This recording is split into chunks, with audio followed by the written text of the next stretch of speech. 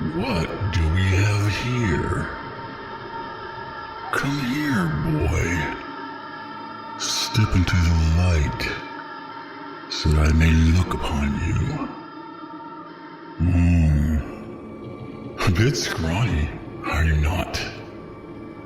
Did they not feed you properly from where you come? Is there a pestilence of inadequacy sweeping across the land? Oh my, 1,000 pardons. Please forgive me, my tiny lord. I meant no disrespect. It is such a rare treat that an opportunity to entertain presents itself before me. Given that you're such a fine specimen of manhood, I thought we could share in some friendly banter. So, weary traveler, would it be presumptuous of me to assume you seek my counsel on matters of great importance? Were none of your sisters available? Or your mother not up to the task? No? What a pity. Again, forgive me, kind sir. I meant no insult. Surely you can see it's all in good fun. Is it such a terrible sin for friends to jest among themselves? Oh my. Such a serious little man you are. Very well. On to the matters at hand. I would venture to guess you stand before me because you want something. Am I right? You need and covet something so special and unique you cannot possibly imagine living without it. Something that only I can provide. Does that sound about right? So, what has left you with such emptiness that would tempt you to enter this den of serpents? Tell me, little man, what is your pleasure? Wait, let me guess. Is it jewels and gold, or is it power and glory? Do you crave vengeance over a rival to restore your honor, or is reclaiming a stolen birthright the heart of your quest? Perhaps you desire to be concealed from Hades himself and be made an immortal. Coincidentally, I hear that there is a vacancy for the god of the impotent and flaccid. You do nicely in that role, I would predict. Will you beg me to give you the face of a hero from old? A bold and handsome face that is so pleasing to look upon that all will be enchanted if found under its gaze. Is that what you want? Understandable. You are quite the hideous little beast, are you not? I imagine the feral cats within your town center cause considerable property damage as they flee in terror upon your approach. Could it be a woman? A soft and delicate creature whose beauty rivals that of Helen of Troy? Or is it a man? Which honestly makes much more sense. With some effort on your part, I see potential in you for making an adequate homemaker. At the least, you would make a pleasant trick, a fun toy or plaything for the true men of your village. Oh, come now. Worry not. I'm not one to judge. I believe everybody should be free to love whomever they wish. My goodness. Such a frown. Can you not see the humor in yourself? For I do not mock you. Well, not entirely. Nonetheless, You are right to be upset. A terrible host I have been, and most insensitive towards your moment of glory. How selfish of me. This moment is not about me. This day is for you. You, oh brave knight of unfulfilled dreams.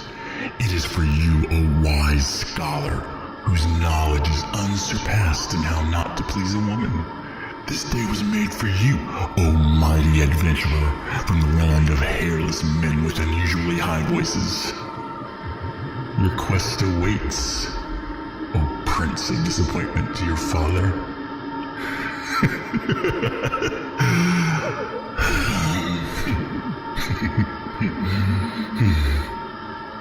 Shall we begin? My game is quite simple. Though much is at stake. Listen to my 3 tales that hide hints to my true name. When you know the answer, call it out, and you'll have won the day. Yes, little man, it is that simple, and all that I ask. Every one of your heart's desires will be yours for the taking. You'll never know rejection or failure for the remainder of your days. All is within my power. Except perhaps making you pleasing to the eyes, or preventing a woman from laughing when you remove your clothing.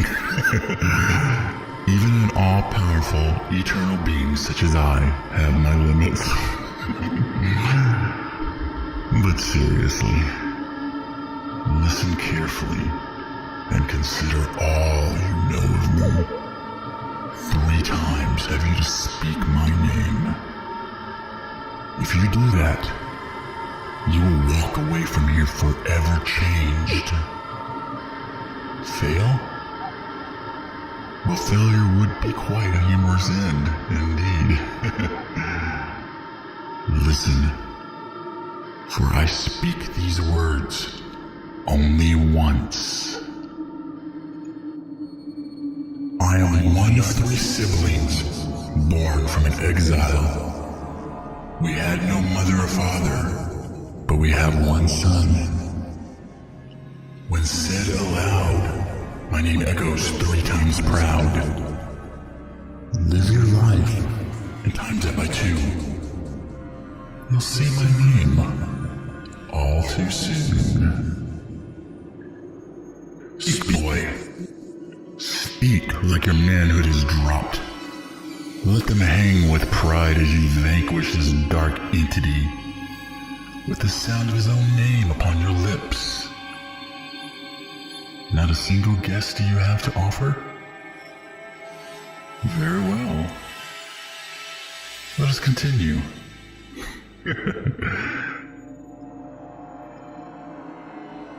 It is the beginning of time and the end of space.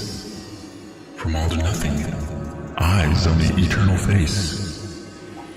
Round and round, never to stop. Over and out, then back to the top. Do it again and break it in half.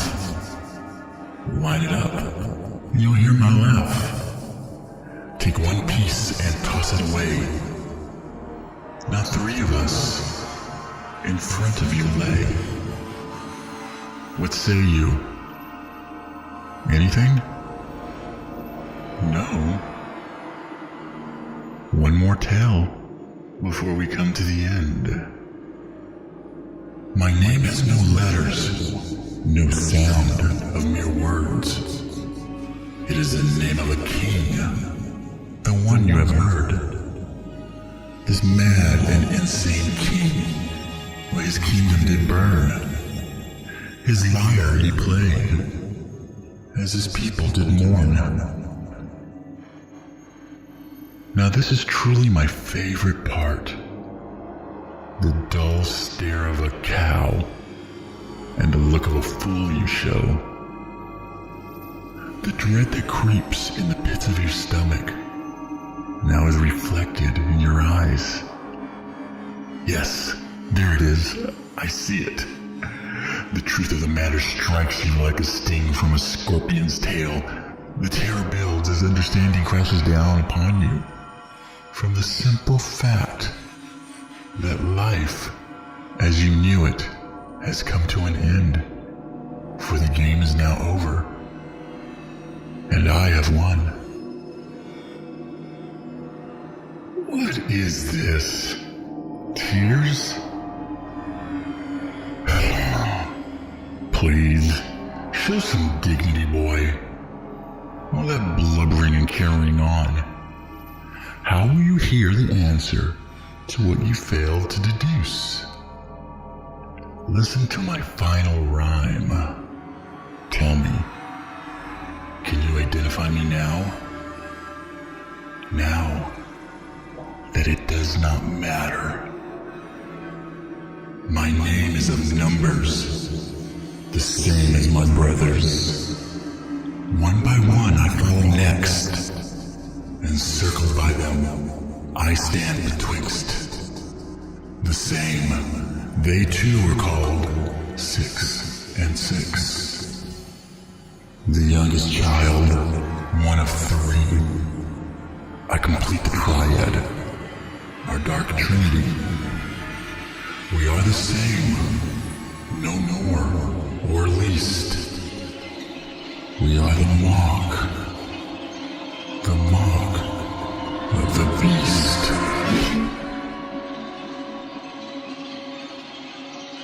You look confused, son of Adam. Do you not know of me? Many names and titles have I carried in my time, but 6 is undoubtedly the one I have favored the most. What? Oh, did you seriously think we were mere ink to be scribbled upon the skin of your flesh? Did you truly believe we knew nothing of your vain hearts, and thought you would voluntarily blemish your own face with our mark for all to see? Did you honestly take us for such incompetent fools who would allow our purpose and design to be spoken of like mundane chit-chat in a book of revelations? You are such simple creatures with such simple thoughts. You know nothing of the world and the higher planes that interconnect it all. Sight, sound, touch, and smell. Such limited means in which you view your world. I almost feel pity for you, if it were not for your arrogance. Now come here, slave, so that I may claim my prize. Oh, stop your cowering, child. You flatter yourself with your laughable delusions of grandeur. I would not waste my exertions on the likes of you for merely dancing on your innards and bathing in your blood, or whatever nonsense you've conjured in your head. Ugh, it's so 12th century. Hear me clearly, for I bestow valuable insight that will prevent future misunderstandings between you and I. You may boast to be created in the image of God, but do not forget this one simple fact, son of Adam. It was the dirt from which you were created. Dirt, tainted with the defecation of the worms, and infested with the larvae of insects burrowed within the ground. That is what you will forever be to me. Nothing more than just plain dirt. Servitude. That is what I value, and that is what I've won. I now claim you as mine, both in heart and soul. The glyph of my order I now cut into the flesh on the back of your neck with my own talon. That will signify to all others that you belong to me and are not to be touched, unless they have obtained my permission, of course. Now, be gone. Leave. Remove yourself from my sight until I summon you again.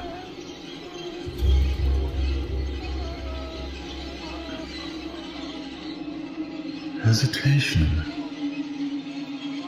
Now that is a first. Never has one paused or shown anything but relief at the sound of my dismissal. Have you a question? Could you be this bold? Yes, I see it burning in your eyes. I can almost hear it as it comes to rest on the very tip of your tongue. You wish to know what is the mark? Well, you are full of surprises. I'm embarrassed to say, but I'm slightly impressed. Such bravado for such a sickly-looking thing. Fortune smiles upon you this very night, for I have grown fond of your girlish mannerisms. Your company is much like having an effeminate pet at my side. I will excuse this insolence. Just this once. However, as much as I desire, I cannot grant such a request. What you ask cannot be known. It is forbidden, even though it devours me from within to shout it out loud. Ugh, it is maddening, for I hold a glorious secret. It is the greatest of all deceptions and the finest joke I have ever told. I do so love a good joke, as you can tell. Sadly, I am bound to silence by forces so wicked and cruel, even I shudder at the mere possibility of earning their disapproving eye. Unlike me, they are far less forgiving, and have no sense of humor that I can detect.